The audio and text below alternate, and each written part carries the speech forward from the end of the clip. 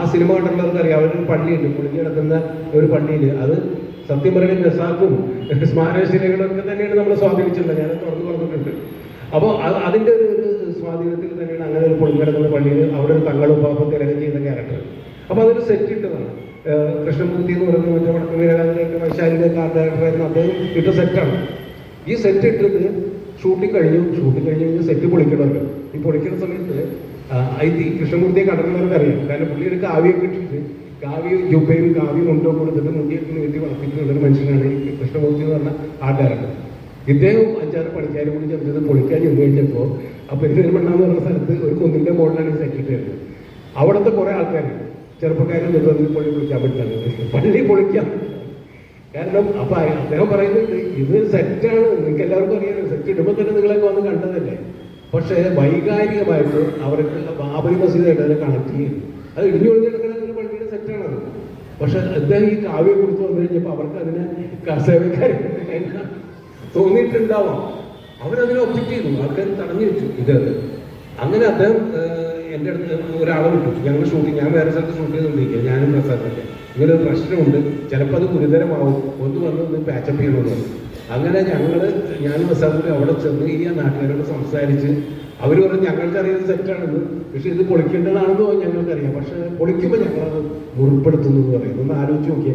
അപ്പോൾ അന്ന് അതുണ്ടായിരുന്നു, ഈ മുറിപ്പാട് നമ്മുടെയൊക്കെ മനസ്സിലുണ്ടായിരുന്നു. ഞാൻ എപ്പോഴും ഇങ്ങനെ റസാഖിനോട് ഞങ്ങളെ സംസാരിക്കുമായിരുന്നു. കാരണം ഒരു സെറ്റ് കാണുമ്പോൾ അത്രമാത്രം മനുഷ്യന്റെ മനസ്സിലൊരു മുറിവുണ്ടായിട്ടുണ്ടെങ്കിൽ ബാബറി മസ്ജിദ് ഈ ഇന്ത്യൻ സൊസൈറ്റിയിൽ, ഇന്ത്യയിൽ ഈ പറയുന്ന മുസ്ലിം കമ്മ്യൂണിറ്റിയിൽ എത്രമാത്രം മുറിവുണ്ടാക്കിയിട്ടില്ല എന്നുള്ളത് കാലം കാണിച്ചുകൊണ്ടിരിക്കുകയാണ് ഇപ്പോഴും നമ്മൾ. അപ്പോൾ അന്നത്തെ ആ സമയത്ത് പാരലായിട്ട് വന്നുകൊണ്ടിരിക്കുന്ന സിനിമകൾ ഉണ്ടാക്കിയിട്ടുള്ള ഒരു വലിയ സ്വാധീനം എന്ന് പറയുന്നതിന് സൂപ്പർ താരങ്ങളൊക്കെ നിമിത്തമായി എന്ന് പറയുമ്പോൾ അതാണ് ചിലപ്പോഴെങ്കിലും നമ്മളൊക്കെ അവരിൽ നിന്ന് അകന്നു പോകാനുള്ള കാര്യം. ഇപ്പം ഞാനൊക്കെ അവരിൽ നിന്ന് ബഹു ദൂരമാണ്. കാണുമ്പോൾ വളരെ സ്നേഹമുണ്ട്, അതൊരു കുറ്റപ്പുറത്തിലല്ല ഞാൻ പറയുന്നത്. കാണുമ്പോൾ നമ്മുടെ സുഹൃത്തുക്കളും കാര്യങ്ങളൊക്കെ, പക്ഷേ മനസ്സുകൊണ്ടോ അല്ലെങ്കിൽ സിനിമ ചെയ്യുന്നതിൻ്റെയോ ഇതിലോ ഞങ്ങളൊക്കെ സിനിമകൾ ചെയ്യുന്നില്ല അവർ കേട്ട്. അതിന് ഒരുപാട് അകലം ഉണ്ടായിപ്പോയി.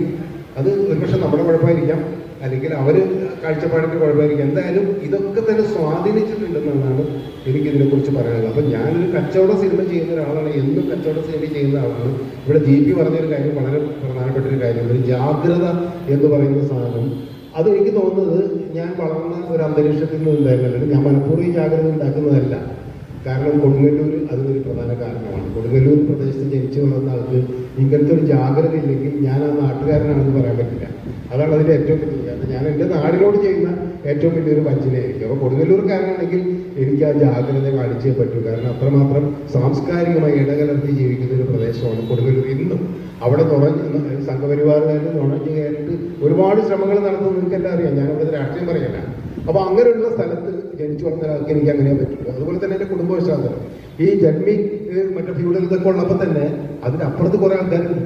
എൻ്റെ അമ്മാവന്മാരൊക്കെ ആയിട്ടുള്ള ആൾക്കാർ, അവർ വളരെ സോഷ്യലിസ്റ്റിക് ആയിട്ടുള്ള, അതല്ലെങ്കിൽ വളരെ പുരോഗമനമായിട്ട് ചിന്തിക്കുന്ന ആൾക്കാരായിരുന്നു. ഈ പടിയൻ എന്ന് പറയുന്ന ആൾ എൻ്റെ ഫാദറിൻ്റെ ഉണ്ട്, ഡോക്ടർ യൂസഫ് പടിയൻ എന്ന് പറയുന്നത്. അദ്ദേഹം വളരെ പുരോഗമന ആളായിരുന്നു, അദ്ദേഹം ഇടതുപക്ഷക്കാരനായിരുന്നു.